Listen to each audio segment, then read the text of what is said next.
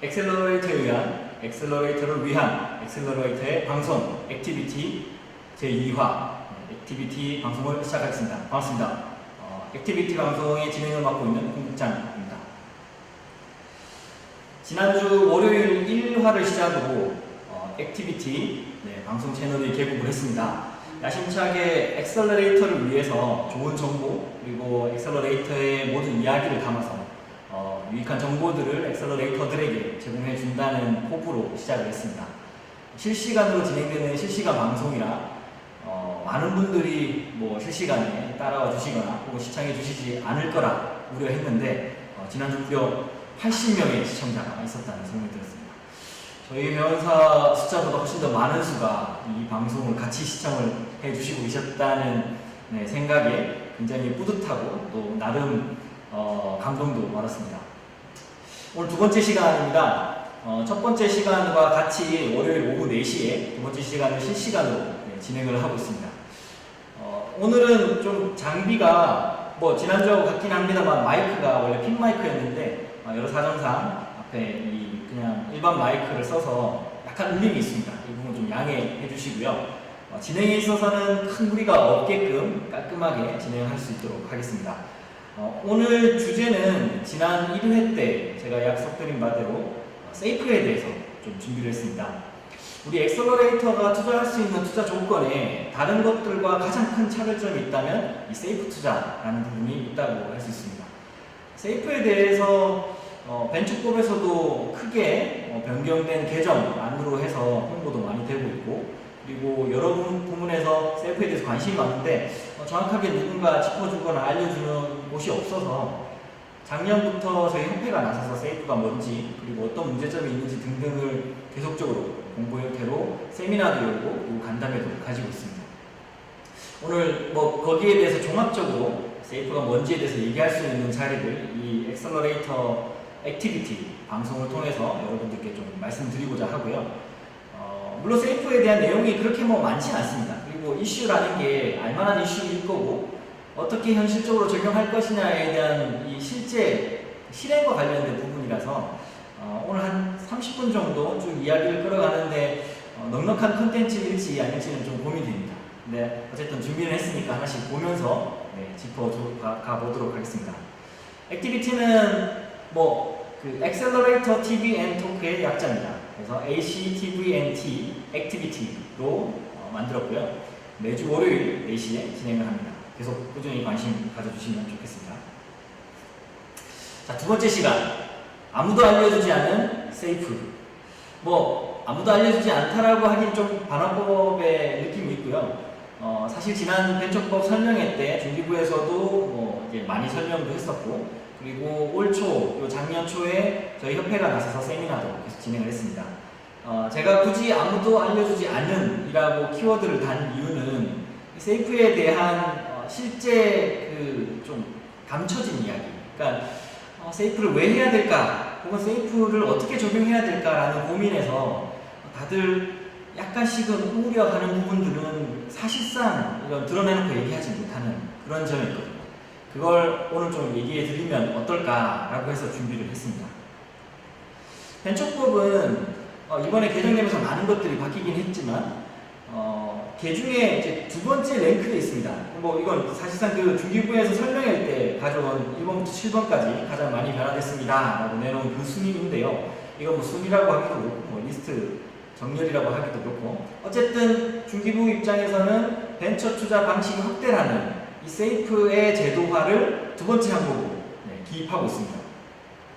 투자 정의에 엑셀러레이터가 투자할 수 있는 투자 정의 이 부분에 조건부 지분 인수 계약 세이프 제도가 법제화되었다라고 하는 게 있죠. 다들 궁금해하십니다. 세이프가 뭔지.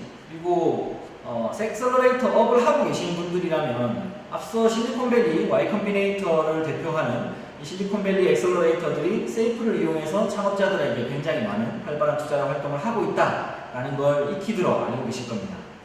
과연 이 세이프가 한국 실정에 맞냐 안 맞냐라는 논제를 굉장히 오래전부터 해왔었고요. 그걸 이 법이라는 제도화에 안착시키면서 이제 본격적으로 세이프를 한번 활용해 보자라는 취지로 법의 가장 큰 부분 가장 큰 건 아니지만 두 번째로 큰 부분에 랭크를 시켜놓고 계정을 공표했습니다. 내용을 좀 볼까요? 세이프의 약자는 Simple Agreement for Future Equity입니다. 우리나라 말로 조건부 지분인수 계약, 벤처법 2조에 있고 벤처법 규칙에 3조에 있습니다. 이 세이프에 대한 내용을 한번 보면요. 기업 가치 산정이 어려운 초기 기업에게 먼저 투자를 하고 후속 투자자가 기업의 가치 결정에 따라서 선행 투자자의 지분율을 결정하는 방식이라고 설명을 하고 있습니다. 말인즉슨 우리가 만나는 스타트업 혹은 창업가들에게 별도의 지분 가치 산정을 하지 않고 먼저 우선 투자를 하고 이후에 정확한 지분의 가치가 나올 때쯤 소위 시리즈 A라고 하는 벤처 캐피탈이 투자 단계에 들어올 때쯤 그때 가서 내가 지분율을 결정하고 들어가겠다라고 하는 방식이죠. 선뜻 좀 이해가 안 가는 부분이 있습니다. 과연 그게 투자일지 아니면 그냥 대출 형태 혹은 내가 그냥 돈을 빌려주는 차입금 형태일지 약간 좀 와닿지 않습니다. 그래서 중기부에서는 4가지 꼭지의 요건을 달았습니다. 세이프 투자라고 하기 위해서는 투자금액 지급 이자가 발생하지 않아야 되고 투자금액 상환 만기일이 없어야 한다. 투자를 하고 나서 이자를 받지 말라. 그리고 언제 이 투자금액을 내가 받아 다시 회수해 가겠다라고 하는 상환일을 명시하지 마라. 그게 이제 세이프의 기본 원칙의 첫 번째이고요. 두 번째는 투자금액 먼저 지급하고 후속 투자 기업 가치가 후속 투자에서 기업 가치가 나오면 그 평가를 연동해서 지분량을 확정해라. 지분율을 확정해라. 라는 거죠. 그러니까 처음 지금 당장 투자할 당시는 그걸 지분 가치라고 인정하기 굉장히 어려운 아주 확인되지 않은 정보들을 토대로 지분 가치 산정을 하기 때문에 그 지분 가치는 정확한 이 기업의 지분을 혹은 기업을 평가한다라고 보기 힘들다라는 거죠. 그래서 먼저 우선 투자를 하고 그리고 후속 투자 어느 정도 기업이 성장도 하고 있고 시장에서 평가도 받는 그 상황에 VC들의 아주 분석적인 밸류에이션을 통해서 연동해라. 지분율을 연동해서 이제 확정을 지으면 어떠냐라는 거죠. 세 번째는 참여하고 있는 주주들 전원이 동의해야지만 계약이 성사된다라는 겁니다. 세이프라는 게 여러 뒷부분에 가서 설명을 드리겠지만 굉장히 많은 안초들이 있습니다. 이걸 차입금으로 봐야 되냐, 지분으로 주식 투자로 봐야 되냐 여러 가지 분분한 설이 있는데 최소한 이 세이프라고 하는 과정이 투자 계약으로서 존재하기 위해서는 주주 전원의 동의를 필수적으로 받아야 된다라고 하는 게 전제되는 거고요. 그리고 또한 세이프 투자 이후의 후속 투자 시 투자로 참여하는 계약 당사자에게 세이프 투자 받았습니다 라고 하는 걸 필수적으로 고시를 하라 라고 하는 게 조건 중에 하나입니다. 총 4가지 조건을 세이프 투자의 가장 기본적인 조건으로 보고 있습니다. 투자금액의 지분이자 발생하지 않아야 되고 투자금액 상환 만기가 없어야 되고요. 투자금액을 먼저 지급하고 난 이후에 후속 투자 시에 기업 가치를 연동해서 전환시킨다라는 거. 그리고 투자 계약을 세이프를 체결하기 위해서 주주 전원의 동의가 필수이고 이후에 후속 투자 시에도 후속 투자를 하는 투자 대상에게 세이프 받았다라고 하는 걸 무조건 고시해야 된다라고 하는 4가지 조건인 거죠. 하나씩 비교를 해서 보자면요. 여기 이제 컨버터블 노트와 CB 사채죠. 그리고 우선주가 있습니다. 세이프는 이자 유무나 만기 유무가 없습니다. 근데 CN이나 CB는 다 이자와 만기 유무가 있고요. 우선주는 이제 계약에 따라서 배당의 형태로 가능하게 되어 있습니다. 밸류에이션 캡이나 할인율은 세이프에서 똑같이 15에서 20% 정도 지정할 수가 있습니다. 컨버터블 노트에서도 마찬가지로 밸류에이션 캡을 협상으로 지정할 수 있거나 혹은 할인율이 15에서 20% 정도 존재하고 있습니다. CB는 이제 고정 전환 가격을 명시하고 있죠. 우선주는 할인율 같은 건 없습니다. 상환 혹은 전환 만기는 세이프 같은 경우는 별도로 상환 만기가 없습니다. 다만 기업 청산이나 M&A 시에 그 상환이 투자했던 건이 의무적으로 상환할 수 있게끔 되어 있고요. 그리고 CN은 12에서 18개월 평균 그 정도 수준으로 전환할 수 있게끔 그렇게 지정이 되어 있습니다. 조건을 설정할 수가 있습니다. 12도 상환이나 전환 만기가 있고 우선주도 전환 상환 우선주의 경우 전환할 수 있는 조건이 되겠습니다. 특정한 조건이 충족할 시에, 그러니까 투자 계약상 계약 조건에서 그 조건 충족했을 때 자동 전환하게끔 되어 있습니다. 세이프와 CN의 경우에는 자동으로 투자했던 금액이 주식으로 전환될 수 있게끔 되어 있죠. 그러나 CB나 우선주는 투자자가 선택적으로 전환할 수 있게끔 열어뒀습니다. 회사에 대한 제약 조건은 이제 세이프는 별도가 없습니다. 근데 CN이나 CB는 제약 조건들이 설정할 수 있게끔 되어 있습니다. 그리고 세이프는 이제 창업직 기획자의 공개적이나 개인 투자조합의 투자조합으로 투자가 가능할 수 있게끔 이번에 개정이 되었습니다. 이렇게 비교만 해서 보면 결국 세이프가 그 CN, 그러니까 사채 형태의 계약들, 투자 계약들과는 뭔가 이자는 만기가 없기 때문에 투자에 대해서 그 창업자들이 부담 가지지 않을 정도로 굉장히 부담스럽지 않다라고 여길 수 있는데, 투자자 입장에서 과연 세이프가 괜찮은 투자 계약 조건인지가 좀 의문이 됩니다. 그리고 또한 우리나라에서 이런 경우가 많이 없었기 때문에 여러 가지 그 경우의 수를 들어서 만약 잘못됐을 시에 투자자가 보호받을 수 있는 최소한의 장치들은 무엇이 있는지에 대해서 궁금함이 여겨지는 부분입니다. 여전히 논란의 여지는 많습니다. 계속적으로 그런 것들을 논의하고 있는 중이기도 하고요. 그리고 세이프가 조금 더 사례가 많아지면서 조금 더 디테일하게 조건들이 좀 붙어 나가는 그런 경우가 이제 만들어지겠죠. 예를 들어서 한번 설명을 해봅시다. 설명해 보겠습니다. 밸류에이션 캡의 경우와 할인율 두 가지 경우로 해서 설명을 드리자면요. A란 투자사가 B 기업에게 컨버터블 노트를 활용해서 5천만 원을 투자하게 됩니다. 밸류에이션 캡을 50억으로 결정하게 되죠. 이걸 이제 세이프로 봤을 때 8개월 이후 B사는 VC에게 200억 가치 인정받고 20억 투자를 받게 됩니다. 그러면 20억 투자를 받고 200억 가치 인정받았으니까 10% VC가 가져가게 되는 격이죠. 근데 B사 투자가 집행되면서 A사가 소유한 컨버터블 노트가 자동적으로 지분으로 전환하게 됩니다. 근데 최초 계약 당시에 맺었던 지분율 캡이 있기 때문에 밸류에이션 캡에 따라서 지분 1%를 받게 됩니다. 그러니까 5천만 원 투자 시에 밸류에이션 캡을 50억으로 했으니 1%에 해당되겠죠. 그러면 이번 200억일 경우 1%에 해당되는 지분을 받게 되는 겁니다. 그러면 A 투자사는 200억 기업의 지분율 1%로 5천만 원으로 획득하게 됩니다. 고로 수익금은 2억, 그러니까 1%였을 경우 200억 밸류였으니까 2억이고요. 거기에 최초 투자했던 5천만 원이니까 대략 1억 5천만 원 정도를 지분의 차익으로 수익이 발생하게 되는 경우가 되는 거죠. 자, 그럼 할인율을 한번 볼까요? 할인율은 A 투자사가 B 기업에게 컨버터블 노트 활용해서 5천만 원을 투자합니다. 똑같은 경우죠. 그런데 여기는 디스카운트 할인율을 20%로 조건을 걸게 됩니다.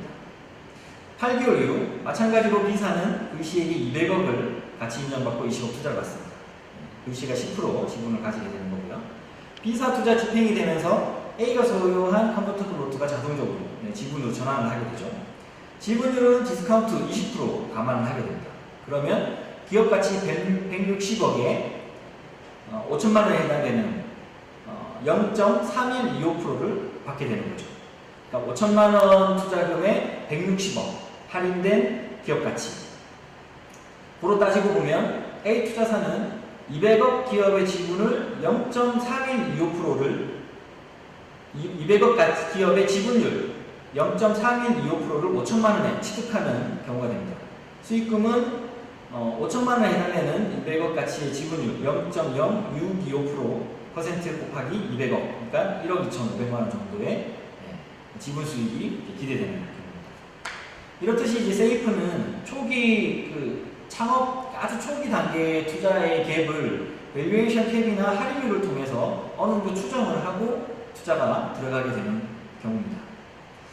이게 이제 흔히 글로벌에서는, 그러니까 특히 이제 실리콘밸리를 위주로 한 그쪽 지역에서는 굉장히 활발히 적용되고 있는 상황이고요.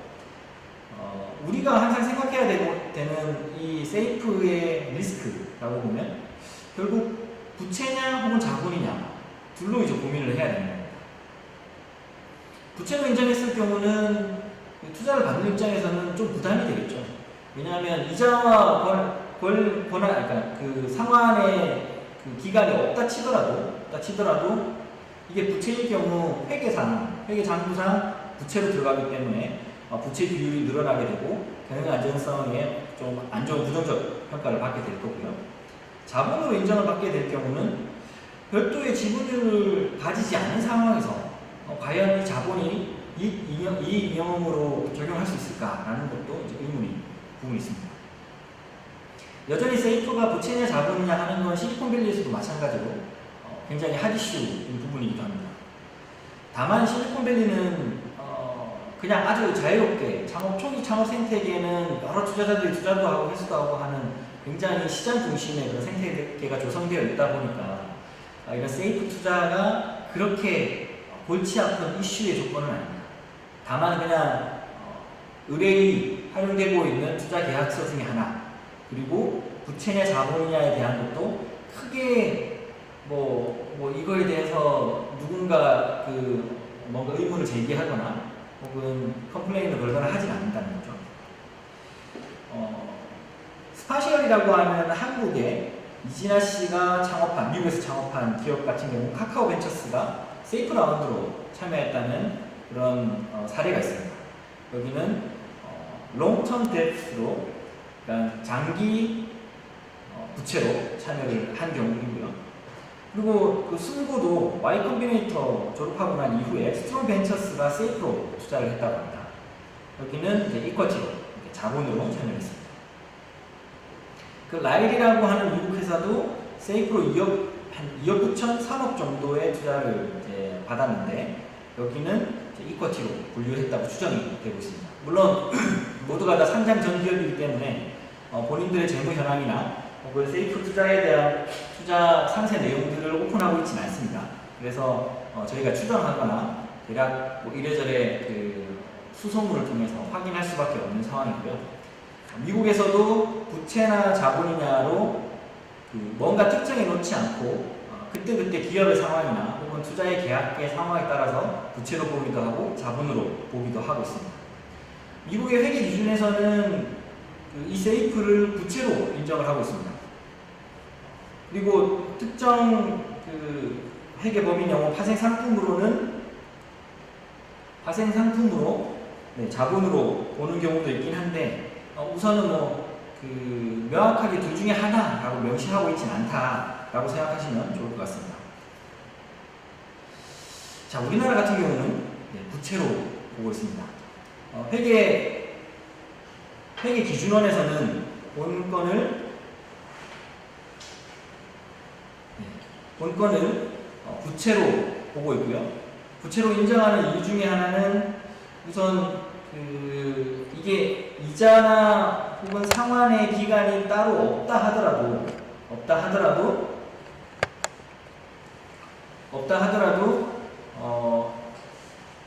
세이프라는 투자 계약을 맺으면서 세이프의 표준 계약서라고 하는 중기부에서 한 3년 전에 만든 게 있습니다. 2년 전에 만든 게 있습니다. 표준 계약서라고 하는 내용상 특정 문구가 부채로 인정할 수밖에 없는 문구가 있기도 하고요. 그 부분은 중기부에서 다시 한번 보완을 하겠다. 표준 계약서의 일부 조건들을 용어들을 보완하겠다라고 얘기는 했습니다. 그리고 이 투자의 조건상 여러 이유에서 부채로밖에 해석될 수 없는 그런 여지가 크다라고 보고 있습니다. 왜 그런지 하나하나씩 한번 따져보겠습니다. 이건 이제 Q&A를 통해서 실제 사례들을 예시를 두고 한번 보자면요. 세이프 계약 시에 부채로 인정이 되면 이자가 발생하게 되는데 무이자 부채가 가능한가? 작년 기준으로 우리 회계 기준원에서는 세이프를 부채로 판단했습니다. 그래서 무이자라 하더라도 어떤 방식이든 채무 형태의 계약이 있다고 판단을 해서 부채로 보고 있는 거고요. 선투자가 지분 투자로 이루어진 경우 이미 밸류가 형성되어 있는데 세이프 투자가 가능하냐? 세이프 투자 시에는 선투자 조건에 상관없습니다. 선투자가 있고 없고를 떠나서 거기에 대한 따로 근거는 없고요. 세이프에서의 후속 투자는 시리즈 A로 여기고 있습니다. 시리즈 A가 아닌 후속 투자의 경우는 그냥 그 밸류에이션 책정되지 않은 투자로 보고 있고요. 그래서 이 밸류에이션 책정되는 주당 단가를 변동되는 것을 기준으로 삼고 있기 때문에 세이프의 후속 투자는 시리즈 A급으로 보고 있는 거죠. 그래서 시드 단계에서의 그 기업 투자는 기업의 가치가 확정적이라고 보기 어렵다라고 하는 게 해석입니다. 후속 투자 시에 세이프 조항에 형성된 캡보다 밸류에이션이 낮을 경우는 어떻게 해야 되느냐? 산정한 밸류에이션 캡보다 후속 투자의 밸류에이션이 낮을 경우는 캡은 없는 것으로 가정을 합니다. 그러니까 후속 투자에서 산정된 그 밸류에이션으로 따라간다라는 거죠. 그리고 조합 투자의 경우 후속 투자자가 세이프 조항을 무시하고 지분 투자했을 시에 지분 구성은 어떻게 해야 되는가? 근데 이 부분은 저희가 그러니까 중기부에서 그 최초의 세이프 조건에 달성할 수 있는 4가지 기준, 세이프 투자받은 기업의 임원진 전원이 계약자로 등록해야 된다라는 거죠. 그리고 후속 투자 시에 반드시 세이프 투자를 받았음을 고지해야 된다. 그러니까 투자조합이나 혹은 투자사의 임원들은 본건이 세이프로 투자되었다라는 걸 확인을 해야 되는 거고요. 그리고 앞서 투자를 받은 주체들도 이 건은 세이프로 투자되었다라고 하는 걸 모두 다 계약으로 이제 확인을 해야 된다라는 겁니다. 그래야지만 그 세이프로 거래가 되었음을 인정받을 수 있습니다. 지금 유튜브 화면에 조금 문제가 있어서 아마 화면 송출은 좀 어려운 것 같습니다. 제가 우선 자료로 대체해서 계속 설명을 좀 드리겠습니다. 장비와 이런 시스템 좀 차지는 점 양해 부탁드리고요. 세이프 투자에서 후속 투자를 유상증자할 시에 후속 투자 금액 외에 세이프 계약금 등이 있는데 이 계약금 등은 주식 등기에 문제가 없는지 대한 부분입니다. 세이프도 마찬가지로 투자 계약서를 작성하고 진행하는 거기 때문에 세이프에서 체결된 계약서를 제시하면 증빙 자료로서 제출 안 되는 문제가 없다라는 판단입니다. 그리고 등기 또는 회계감사 보고서에서의 명시 문제는 어떠냐? 그러니까 세이프로 투자했던 게 결국 이게 부채이기도 하고 그리고 지분 투자, 그러니까 자본으로서의 투자가 인정받지 못한다 하면 등기나 회계감사 보고서에 태깅을 다는 게 어떠냐라는 의견이죠. 근데 등기나 회계감사 보고서에 세이프를 명시한다라고 협의는 아직 진행되고 있지는 않지만 우선은 명시가 쉽지는 않을 겁니다. 이게 그러한 조건도 없었고 그렇다고 그렇게 태그를 달 만한 그런 사례나 이런 것도 찾기 힘들 거고요. 설령 명시를 한다 해도 실제 그 세이프 투자의 실익에서 어떤 이득이 있을지 불확실한 부분이 있습니다. 그래서 그냥 계약할 때 참여하는 이사, 회사 이사나 혹은 투자사의 이사들이 전원 참여하는 그 전원 동의 형식의 방식을 채택하고 있는 부분이기도 합니다. 이런 부분만 봤을 때 세이프가 가지고 있는 단점, 부채로밖에 인정될 수 없는 부분, 그러니까 이자가 없고 상환 만기일이 없긴 하지만 세이프라고 하는 조건 자체가 결국 부채성 투자일 거고, 그리고 최소한 그 엑셀러레이터나 투자자일 경우 이자나 만기 상환일이 없을 경우에는 다른 여러 조건들을 다시겠죠. 몇 년 내에 후속 투자를 받지 못할 경우라든가 후속 투자에 대해서 좀 더 노력을 다해야 된다라고 하는 그 특정 조건들을 달 경우 여러 가지 등등의 경우들이 붙게 되면 이 계약서의 형태는 부채의 형태일 수밖에 없다라고 보는 게 현재 회계 기준의 관점이기도 합니다. 결국 세이프는 누가 해야 되냐라는 거죠. 엑셀러레이터가 주로 이용을 하게 될 겁니다. 하게 되는데 결국 단기 성장이 기대되는 스타트업, 그러니까 세이프를 투자하고 나서 한 해, 두 해 안에 후속으로 갈 가능성이 높은 기업한테 세이프가 들어갈 가능성이 높습니다. 이는 빠른 자금 조달로 계속적인 성장 궤도에 오를 수 있게끔 해주는 역할을 해줄 겁니다.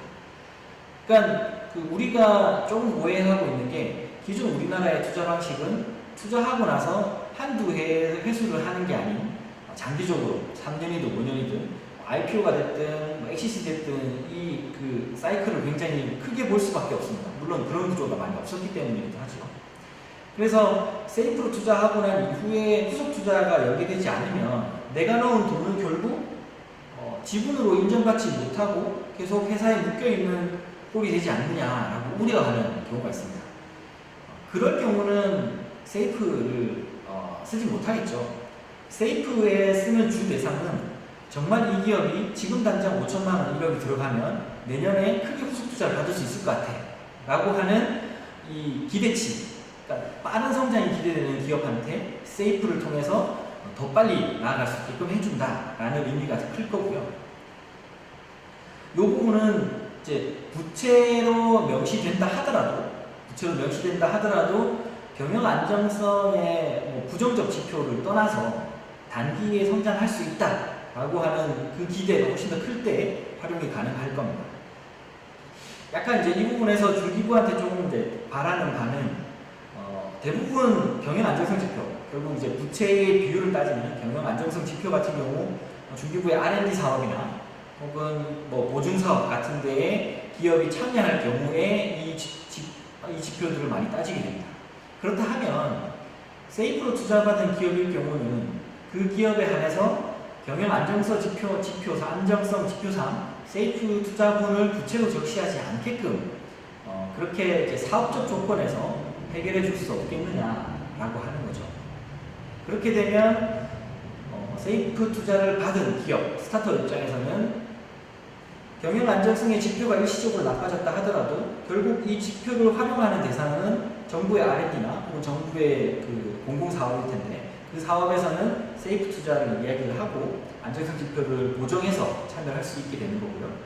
투자자들한테 후속 투자를 유치할 때는 중기부의 제도를 통해서 투자를 받았기 때문에 이후 엑셀러레이터들이 도움 준 이 성장의 기반 하에 더 큰 투자를 이뤄낼 수 있는 그런 조건들을 만들어갈 수 있겠다라고 하는 거죠. 결국 이제 그런 분들, 그런 스타트업과 엑셀러레이터가 세이프를 적극적으로 활용해야 되지 않느냐라고 생각을 하고 있습니다.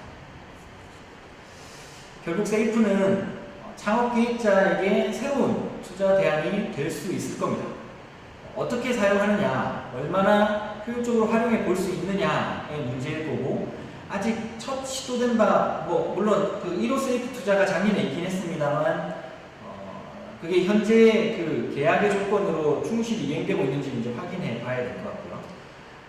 지금 그 정부에서 혹은 우리가 확인할 수 있는 세이프 투자권이 더 있을지는 잘 모르겠지만, 아직까지는 공개적으로 세이프가 더 진행됐다고 밝혀진 바가 없기 때문에, 향후에 벤처법 이후, 벤처법 시행 지금 시점 이후에 계속적으로 세이프라고 하는 투자가 하나둘씩 늘어가게 된다면, 그런 사례가 모이고 또 그 사례를 통해서 성공하는 기업들이 계속 나오게 된다면 세이프가 안정적으로 우리 업계에 아주 통용화되는 투자 조건으로 자리 잡지 않을까라고 기대를 할 수 있을 것 같습니다. 세이프를 저희가 적극적으로 투자하십시오라고 권장하는 편은 아닙니다. 다만 이게 창업기획자가 활용할 수 있는 굉장히 차별화된 투자 계약임에는 분명합니다. 그리고 이 계약은 창업자들에게 굉장히 유리한 면이 있습니다. 우리가 좋은 창업자를 발굴하고 투자한다는 데 있어 좋은 창업자를 세이프라는 조건으로 끌어들이는데 아주 좋은 투자 조건이 될 수 있으니까 많은 활용을 하시면 좋을 것 같다는 생각이 들고요. 세이프가 그 표준 계약이라고 하는 계약서가 중기부 사이트 그리고 우리 협회 사이트에 올라와 있긴 합니다. 올라와 있긴 한데 말 그대로 그냥 표준입니다. 그냥 아주 그 최소한의 조건들만 명시되어 있습니다. 실제 세이프 계약을 체결하기 위해서는 창업자와 투자자가 좀 더 추가적인 뭔가 조건들, 그러니까 투자 계약 조건들이 계속적으로 붙어야 될 겁니다. 민간 투자의 거래이기 때문에 표준 조건을 100% 다 따라야 될 이유는 없고요. 여러 약정들을 걸어서 안정장치를 해두심이 필요할 부분이기도 합니다. 잘 검토하시고 고려하셔서 투자 활발히 진행해 주시고요. 세이프가 늘어나면 늘어날수록 창업 생태계도 계속적으로 확대, 건강하게, 활발하게 성장할 수 있을 것 같다라고 기대해 볼 수 있을 것 같습니다.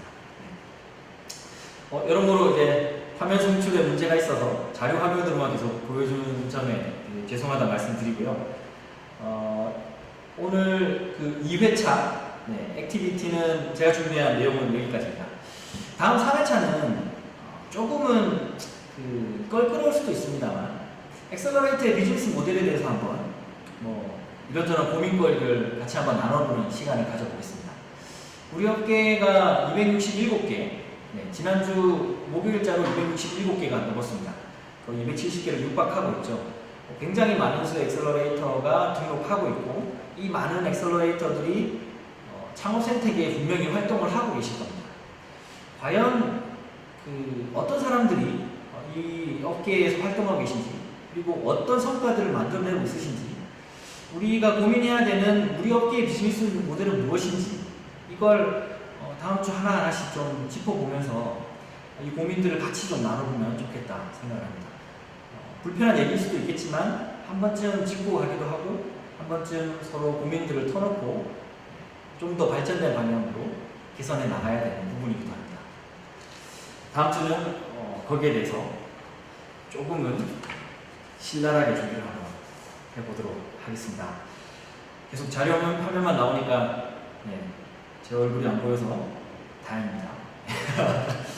네, 이상 제 2회 액티비티 엑셀러레이터 TV 앤 톡 액티비티의 유튜브 방송을 마치도록 하겠습니다. 진행의 까만 콩국장 공국장이었습니다.